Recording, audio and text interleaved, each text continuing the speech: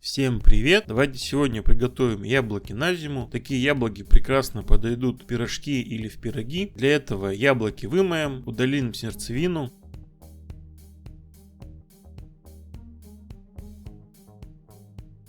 Поместим вымытую 3-литровую банку.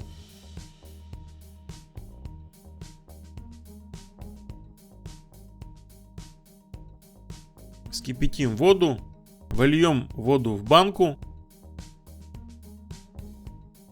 Закроем крышкой и оставим на 20 минут. Через 20 минут воду сольем в кастрюлю.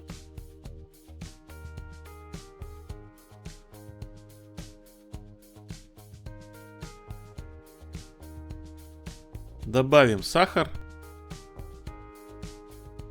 Добавим лимонную кислоту. Все перемешаем. И снова доведем до кипения. Яблоки повторно зальем кипятком. Закроем крышкой.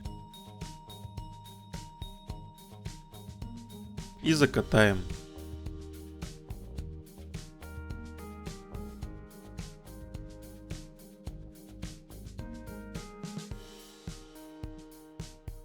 Банку перевернем.